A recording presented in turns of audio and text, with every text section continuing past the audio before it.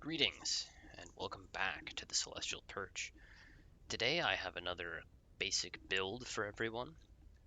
This one is a bit different in that it's focused still on like a intermediate to medium player, someone who has a little bit more experience with Stellaris and has the Overlord DLC. That would be the only DLC I would recommend for this one specifically because we're trying to use Feudal Society and the new vassal systems to more effectively take advantage of that and reduce the administrative burden on our end. But here we have the build. Let's open it up and once again start from the top. So we've gone with a different avian species this time.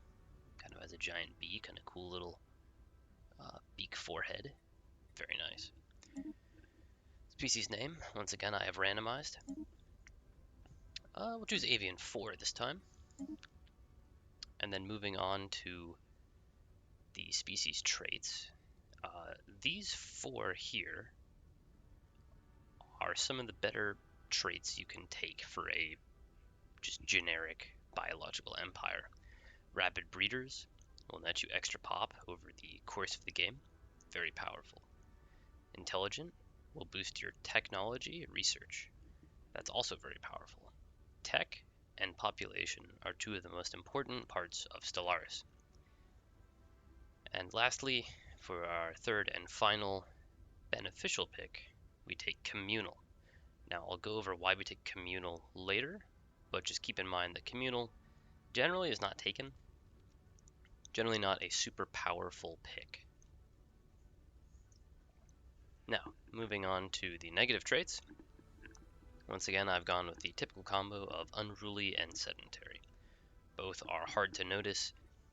So, moving on. Once again, I'm back to the default dry worlds, just taking arid, as there is that event which can give you a free arid world. So, of the dry worlds, which are my favorite of the 3 types, arid is my favorite of the dry. City appearance, sort of mammalian this time. Kind of a nice city appearance, looks pretty standard. Origin, we have a prosperous unification. This one just will net you some extra pops, extra districts, and some extra resources from jobs and amenities for 20 years on your capital at the start of the game. Quite nice. Moving into the kind of ethics, authority, and civics, and really the point of the build, which would be feudal society. But we'll get there in a bit. Start with authoritarian. Authoritarian gives us access to stratified economy living standards, which I've mentioned before as pretty powerful, giving us reduced consumer goods upkeep. Also, other benefits being extra monthly influence, helping us expand, and resource pop, or worker pop resource output. 5%, not a huge amount, but it will help us with our basic resources, food, energy, and minerals. Next, we've gone for Xenophile. Xenophile is powerful in a sense that it will help us make friends with people. The extra envoy we can send, and the extra opinion helps us make friends with our neighbors. This will play in nicely with feudal society, which we will get to eventually. The extra trade value just helps our early economy. Lastly, materialist. This pairs quite nicely with intelligent. We probably won't be using academic privilege living standards.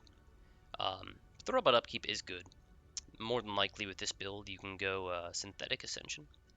Take advantage of that robot upkeep. And the research speed, of course, very nice. We've gone with Imperial as to give us access to feudal society.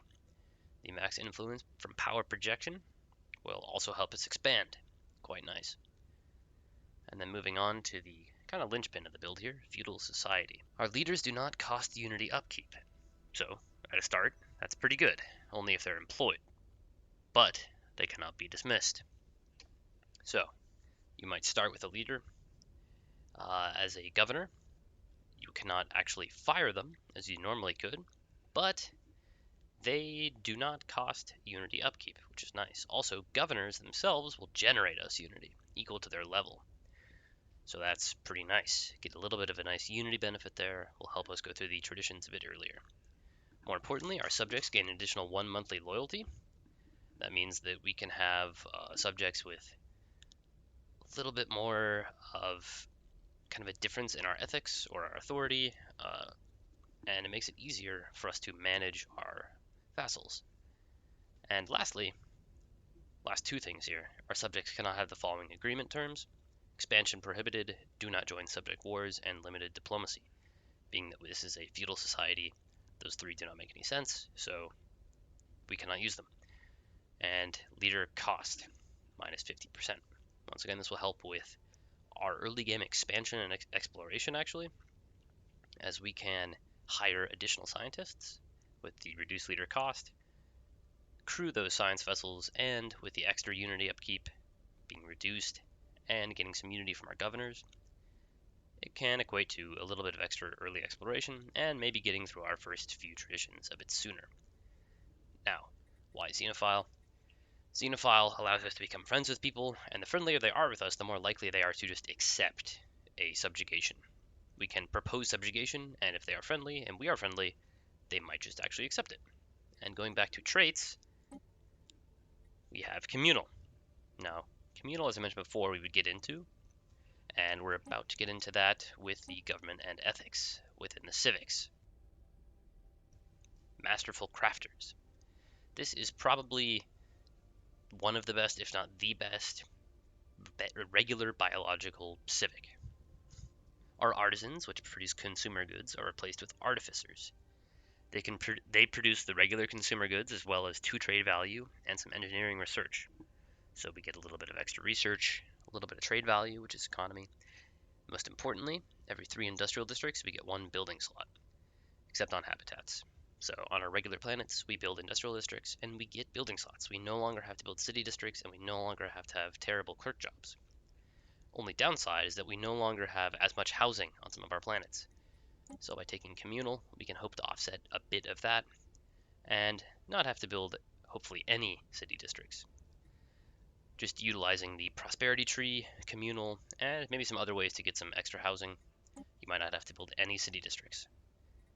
Overall, this build is pretty powerful, focused on making friends with the AI, subjugating them, and using the new Overlord vassal system to extract resources from some, use others as defensive bulwarks, and expand through your vassals and eventually win through just the sheer power of having subjects. But lastly, we have our advisor voice, randomized empire name, randomized flag, took the mammalian ship appearance, and a randomized ruler. That should do it for this build. Kind of a basic feudal overlord build, relatively powerful, but thank you and have a blessed day.